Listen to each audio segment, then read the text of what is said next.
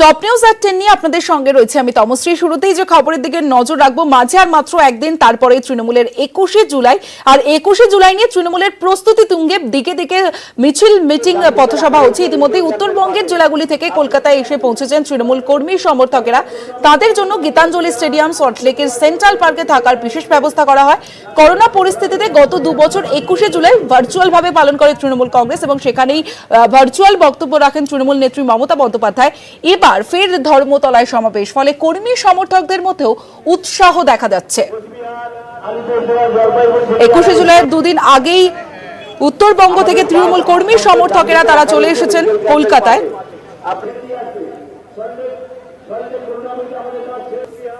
গত 2 বছর আমরা যেতে পারিনি তো ধর্মতলা, কোভিড পিরিয়ডে ছিল। সুতরাং এবছরে মানুষ খুব আগ্রহ যে মমতা বন্দ্যোপাধ্যায়ের 33তম পঞ্চায়েত নির্বাচন আগামী 6-7 মাস বাদে গ্রাম বাংলার মানুষ আসছে, উত্তরবঙ্গের মানুষ। সুতরাং এটা একটা আমাদের কাছে একটা অনুভূতি। 21শে জুলাই আমাদের কাছে একটা অনুভূতি। এই দিনটা শহীদ দিবস, এই দিনটা আমরা ক্যালেন্ডার থেকে বাদ দিয়ে রাখি, সব কাজ বাদ। 21শে জুলাই নিয়ে তৃণমূলের প্রস্তুতি তুঙ্গে। ইতিমধ্যে উত্তরবঙ্গের জেলাগুলি থেকে কলকাতায় এসে পৌঁছেছেন তৃণমূল কর্মী সমর্থকেরা। তাদের জন্য গীতাঞ্জলি স্টেডিয়াম ও সল্টলেকের সেন্ট্রাল পার্কে থাকার বিশেষ ব্যবস্থা করা হয়। করোনা পরিস্থিতিতে গত 2 বছর 21শে জুলাইয়ের অনুষ্ঠান সেভাবে করা সম্ভব হয়নি। এবার ফের ধর্মতলায় সমাবেশ, ফলে কর্মী সমর্থকদের মধ্যে উৎসাহ দেখা দিল। এবং সামনেই পঞ্চায়েত নির্বাচন রয়েছে, 2024-এ রয়েছে। তাই 21শে জুলাইয়ের মঞ্চ থেকে মমতা বন্দ্যোপাধ্যায় কি বার্তা দেন, অভিষেক বন্দ্যোপাধ্যায় কি বার্তা দেন, তার জন্য ইতিমধ্যে কিন্তু উত্তরবঙ্গ থেকে কর্মী সমর্থকেরা তারা আসতে শুরু করে দিয়েছে এবং তাদের জন্য থাকার বিশেষ ব্যবস্থা করা হয়েছে গীতাঞ্জলি স্টেডিয়াম এবং সল্টলেকের সেন্ট্রাল পার্কে। এবং 2 জায়গা থেকে আমাদের 2 প্রতিনিধি রয়েছে। গীতাঞ্জলি স্টেডিয়াম থেকে রয়েছে আমাদের প্রতিনিধি শঙ্কু সাঁতরা রয়েছে এবং সল্টলেকের সেন্ট্রাল পার্ক থেকে রয়েছে আমাদের প্রতিনিধি সান্নিক ঘোষ রয়েছে। আমি প্রথমে শঙ্কুর কাছে যাব। শঙ্কু, উত্তরবঙ্গ থেকে 2 দিন আগেই কর্মী সমর্থকেরা তারা আসতে শুরু করে দিয়েছেন, কি কি ব্যবস্থা করা হয়েছে?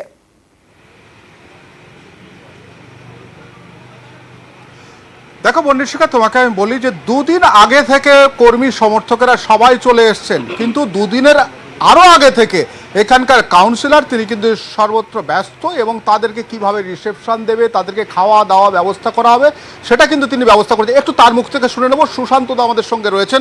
সুশান্তদা, কতজনের ব্যবস্থা হয়েছে, কি কি ব্যবস্থা রয়েছে? এখনো 2 দিন বাকি 21শে জুলাইয়ের। না, গতকাল অভিষেক ব্যানার্জি এসেছিলেন। আমাদের প্রধানত এখানে মালদা এবং মুর্শিদাবাদ 2টো জেলা প্রত্যেক বছরই আসে, কিন্তু এবছর হয়তো অ্যাডিশন একটা ছোটো জেলা হলেও হতে পারে। আমাদের এবার অ্যাকোমোডেশন আমরা বাড়িয়েছি, প্রায় 20,000 লোকের এখানে থাকার ব্যবস্থা আমরা করেছি। সঙ্গে খাওয়া, যার যা সার্ভিস দরকার আমরা এখানে দেব। মেডিকেল ইউনিট রয়েছে, ওষুধপত্র ব্যবস্থা করা হয়েছে, মাস্ক, স্যানিটাইজার সমস্ত কিছুর ব্যবস্থা করা হয়েছে। এবং আশা করি আমরা একটা পরিবারের মতো, তৃণমূল পরিবার, এটা 21শে জুলাইটা আমাদের কাছে একটা আবেগের দিন। সকলে মিলে আসে শহীদ তর্পণ করবার জন্য, এবং যারা দূর দূরান্ত থেকে আসছেন মালদা মুর্শিদাবাদ থেকে, তাদের যাতে কোনো রকম অসুবিধা না হয় সেটা দেখবার দায়িত্ব আমাদের থাকে, সেটা আমরা নিশ্চিতভাবে পালন করব। মানে এখন রাত থেকে সকাল থেকে দুপুর আপনি আছেনই এখানে। না, এটা করতে ভালোও লাগে। মানে এটা দল আমাদের দায়িত্ব দিয়েছে এবং আমি গর্বিত যে দল আমাকে এই দায়িত্বটা দিয়েছে, এবং যারা আসছেন তাদের রিসেপশন করা, তাদের সমস্ত কিছুর দিকে নজর রাখা আমরা চেষ্টা করছি সেটা পূরণ করবার জন্য। অন্যদিকে তোমাকে একটু দেখাই যে এসছেন মালদা জেলা থেকে নারী ও শিশু কল্যাণ দপ্তর অর্থাৎ জেলা পরিষদের কর্মাধ্যক্ষ মর্জিনা দেবী, উনি এসছেন। দিদি, এত তাড়াতাড়ি চলে এলেন, কি জন্য এলেন? আমাদের এই যে 13 জন শহীদ, তাদের তর্পণের উদ্দেশ্যে আমরা এখানে এসেছি। মাননীয় মুখ্যমন্ত্রী মমতা ব্যানার্জির ডাকে ধর্মতলা চলো, আমরা 18 তারিখ থেকে রওনা দিয়েছি। আজকে 19 তারিখ। আমরা এখানে প্রায় হরিশ্চন্দ্রপুর থেকে 500 কর্মী নিয়ে এখানে এসেছি, উপস্থিত হয়েছি গীতাঞ্জলি স্টেডিয়ামে। আমাদের মাননীয় মুখ্যমন্ত্রী মমতা ব্যানার্জির যে ওনার কি বার্তা, সেই বার্তাটা কিন্তু আমরা শোনার জন্য কিন্তু আমরা তাকিয়ে রয়েছি যে উনি কি বার্তা দিচ্ছেন। আমরা জানি যে 21শে জুলাই মানে হচ্ছে প্রতিবাদ, 21শে জুলাই মানে হচ্ছে শহীদদের তর্পণ, 21শে জুলাই মানে হচ্ছে নতুন দিগন্ত, 21শে জুলাই মানে হচ্ছে ভোরের স্বপ্ন, নতুন দিশা। মাননীয় মুখ্যমন্ত্রী মমতা ব্যানার্জি 21শে জুলাই কি বার্তা দিচ্ছেন সেই বার্তা শোনার জন্য আমরা এখানে এসেছি। অন্যদিকে আপনাকে বলি যে কতটা আগ্রহ নিয়ে এসছেন সবাই এবং কতজন আসবে? শুনুন, 21শে জুলাই গত 3 মাস ধরে মানুষ মানে উৎসাহিতর সহিত মানে আশা করছে যে কবে কতজন আসবে মালদা থেকে? মালদা থেকে আমাদের মোটামুটি 35,000-এর মতন 35,000 আসার একটা অর্থাৎ আমাদের অর্থাৎ এখানে তোমাকে একটু দেখাই যে অলরেডি স্যানিটাইজারের কাজ চলছে, উপরন্তু প্রত্যেকটা মানুষ যাতে ঠিকঠাক করে থাকে সেটাও কিন্তু ব্যবস্থা চলছে। তোমাকে তোমাকে সঙ্গে সঙ্গে আরো ভালো করে দেখাই যে এখানে যারা রয়েছেন তাদের জন্য খাওয়া দাওয়া থেকে আরম্ভ করে স্বাস্থ্য ব্যবস্থা থেকে আরম্ভ করে প্রত্যেকটা জিনিস ঠিকঠাক করে, অর্থাৎ যেহেতু কোভিডের একটা চাপ রয়েছে সেটা মাথায় রেখেই কিন্তু এখানে সবাই অর্থাৎ যারা উদ্যোক্তা রয়েছেন এখানে স্থানীয় কাউন্সিলর থেকে আরম্ভ করে তারা কিন্তু সেইটা মাথায় রেখেই সমস্ত ব্যবস্থা সব করছে। রকম ব্যবস্থা করেছে, একেবারেই বোঝা যাচ্ছে। আমাদের সেন্ট্রাল পার্ক থেকে আরেক প্রতিনিধি সান্নিক রয়েছে, বা সান্নিকের কাছে আসবো। সান্নিক, সেখানে কি কি ব্যবস্থা করা হয়েছে, কি বলছেন তৃণমূল নেতৃত্ব?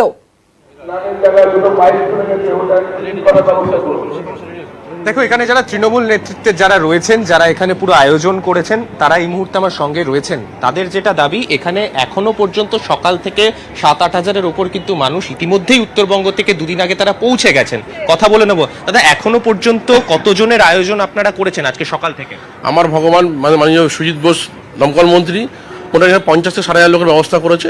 অলরেডি আজকে সকাল পর্যন্ত 5,600 লোক চলে এসছে, কালকেও প্রায় 1,003 লোক চলে এসছে, টোটাল 8 থেকে 9,000 লোক চলে এসছে।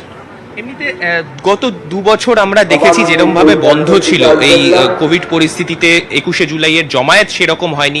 এই বছর মুখ্যমন্ত্রীর কাছ থেকে কি বার্তা আশা করছেন? মুখ্যমন্ত্রীকে চাই, প্রধানমন্ত্রী হিসাবে চাই। মুখ্যমন্ত্রী যে কাজের, যেভাবে আমাদের সারা ভারতবর্ষ যে ডেভেলপ আর যেভাবে মানুষের যে কাজ অন্য কোনো স্টেটে নেই, আমরা মুখ্যমন্ত্রীকে চাই, প্রধানমন্ত্রী রূপে চাই। শুধুমাত্র দেখো এখান থেকেই নয়, আশেপাশের বিভিন্ন জায়গা থেকে, দক্ষিণ 24 পরগনা থেকে একজন এসছেন যিনি এই যে সোলার তৈরি জিনিসগুলো তিনি এগুলো বিক্রি করেন। এগুলো তিনি প্রচুর পরিমাণে বানিয়ে নিয়ে এসেছেন এই দুদিন, অর্থাৎ 21শে জুলাইয়ের আগে পর্যন্ত যে যে ক্যাম্পগুলোতে তৃণমূলের কর্মী সমর্থকরা থাকবেন সেখানে গিয়ে তিনি এগুলো বিক্রি করছেন। আপনি যে সুভাষগ্রাম থেকে এসছেন এতগুলো জিনিস নিয়ে, এই 21শে জুলাইয়ের আগে এগুলো সব বিক্রি হবে? 21শে জুলাইয়ের আগে হবে না, বাট 21শে জুলাইয়ের দিনই বেশি বিক্রি হবে। 21 জুলাই পুরো ফাঁকা। এমনিতে কত সংখ্যায় এগুলো বানিয়েছেন এখনো? হ্যাঁ, কত সংখ্যায় বানিয়েছেন এই জিনিসগুলো? না সেরকম আমি গুনিনি, তবে প্রচুর পরিমাণে বানিয়েছি। বোঝা যাচ্ছে সান্নিক একেবারে। কিন্তু সান্নিক, আরো একটা বিষয় তোমার কাছ থেকে জানতে চাইবো যে 21শে জুলাই দিনভর নিয়ন্ত্রণ করা হবে ট্রাফিকে, সেই বিষয়টা একটু জানতে চাইবো সান্নিক।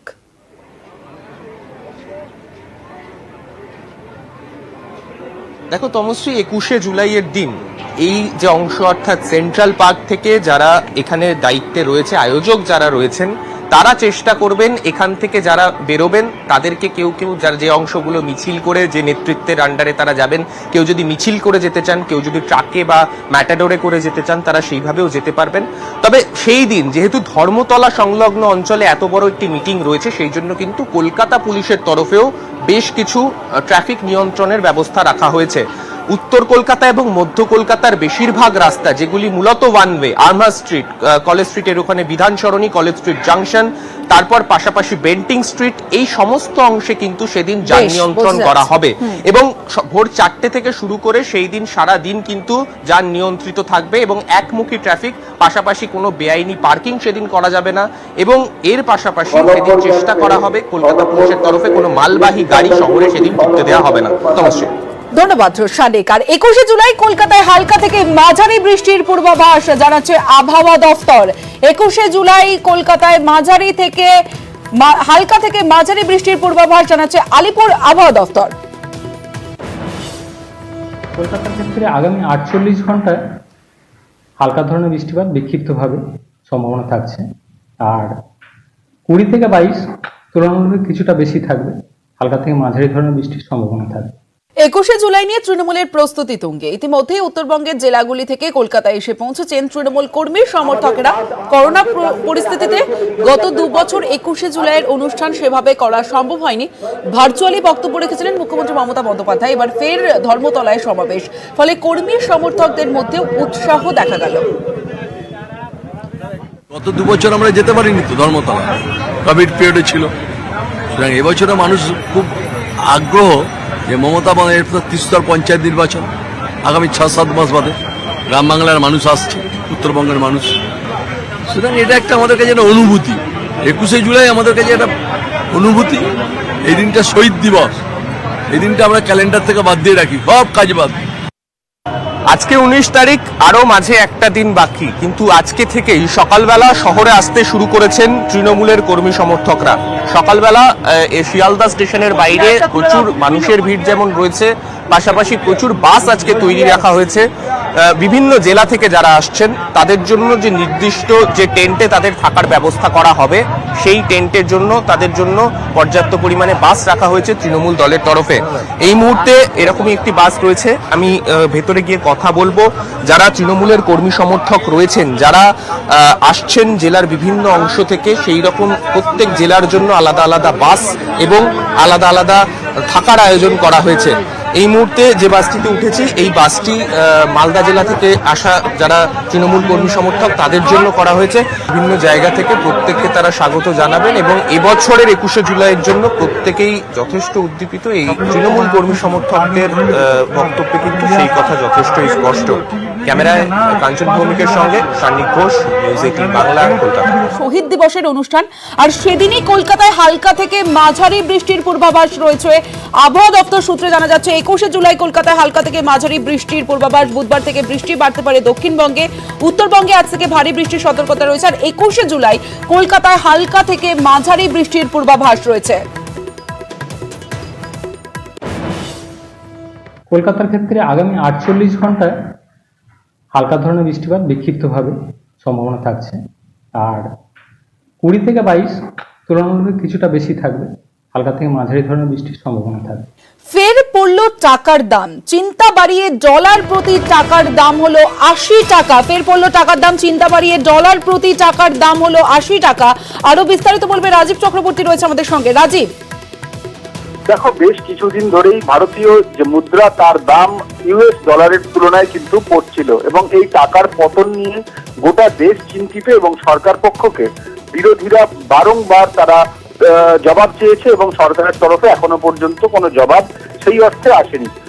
কিন্তু এক্ষেত্রে আজকে মানে গতকাল যে বাদল অধিবেশন সংসদে শুরু হয়েছে, রাষ্ট্রপতি নির্বাচনের কারণে গতকাল অধিবেশন চলেনি, আজ সেই অধিবেশন শুরু হবে এবং সংসদ কিন্তু উত্তাল হবে এই ইস্যুতে। তার কারণ টাকার দাম যে হারে পড়ছে, সেক্ষেত্রে কেন্দ্রীয় সরকার তার দায় এড়িয়ে যেতে পারে না। যেমন তো তুমি বললে যে আজকে সকালে যে দাম দাঁড়িয়েছে, দেখা যাচ্ছে যে গত এক বছরে 7% বেশি ভারতীয় মুদ্রার দাম ইউএস ডলারের তুলনায় কমে গিয়েছে। এবং আজকে রাজীব, তুমি আমাদের সঙ্গে থাকো। এই মুহূর্তে অর্থনীতিবিদ নীলাঞ্জন বণিক রয়েছেন আমাদের সঙ্গে। নীলাঞ্জন বাবু, ডলার প্রতি টাকার দাম হলো 80 টাকা, কতটা প্রভাব পড়বে কি বলবেন? এই ব্যাপারটা যদি একটু বলতে হয়, ব্যাপারটা আপনাকে একটু বুঝতে হবে, কারণ আমাদের যদি ইম্পোর্ট গুলো দেখা যায়, আমরা যেগুলো আমদানি করি সেগুলো হচ্ছে বেসিক নেসেসিটি। কিরকম, যেরকম হচ্ছে এর মধ্যে যে ক্রুড অয়েল রয়েছে, কোল রয়েছে, এবং ইন্ডিয়ার মতো একটা প্রোগ্রেসিভ গ্রোয়িং ইকোনমির ক্ষেত্রে এই জ্বালানি রিলেটেড ইম্পোর্ট বা আমদানিগুলো কিন্তু অবশ্যই দরকার।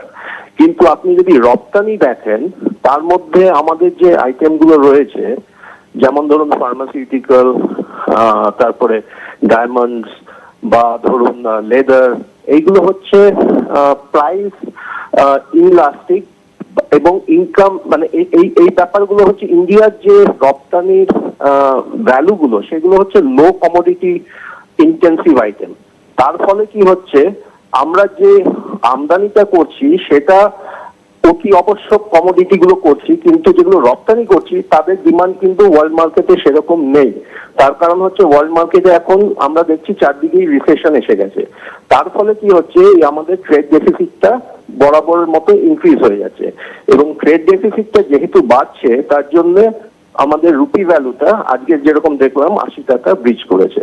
সুতরাং আমাদের যেটা করণীয় এই মুহূর্তে, ইন্ডিয়ার যেখানে কম্পারেটিভ অ্যাডভান্টেজ রয়েছে, ফর ইনস্ট্যান্স সার্ভিসেস, নার্সিং বলুন, ডাক্তার বলুন, ইঞ্জিনিয়ার বলুন, আমরা যদি সেই রকম সার্ভিসেস গুলোকে নেগোসিয়েটিং টেবিলে আনতে পারি, তাহলে মনে হয় এই যে মানে যে ট্রেড ডেফিসিটটা বাড়ছে বা রুপি ভ্যালু যেটা 80 টাকা ব্রিচ করলো আজকে, সেইটুকুনিকে আমরা অ্যারেস্ট করতে পারি। নইলে কিন্তু আমাদের ফিউচারে আরেকটা ব্যাপারও বলা দরকার, এই রুপি ভ্যালুর সঙ্গে কিন্তু মুদ্রাস্ফীতির একটা 1-to-1 ডাইরেক্ট রিলেশন রয়েছে।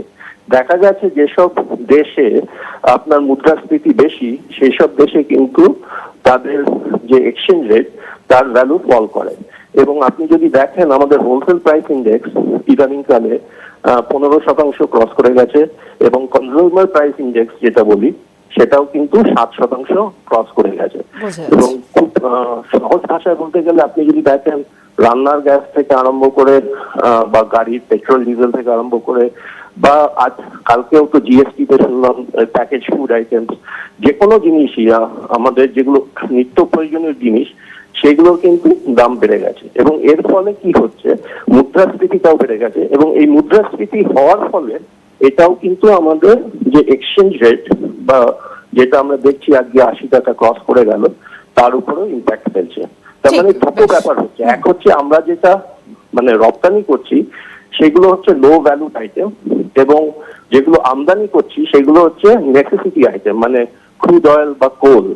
এবং তার সঙ্গে যেটা দেখা যাচ্ছে ডোমেস্টিক পলিসি, মানে জিএসটিটা যেহেতু আমরা অনেকটাই বাড়িয়ে দিয়েছি, তার ফলে মুদ্রাস্ফীতিও হচ্ছে। এবং এই সবগুলো কারণে আমি দেখছি ডলারের তুলনায় ইন্ডিয়ান যে রুপি ভ্যালু সেটা কিন্তু ডেপ্রিসিয়েট হচ্ছে। বেশ, বোঝা যাচ্ছে। অনেক ধন্যবাদ আপনাকে।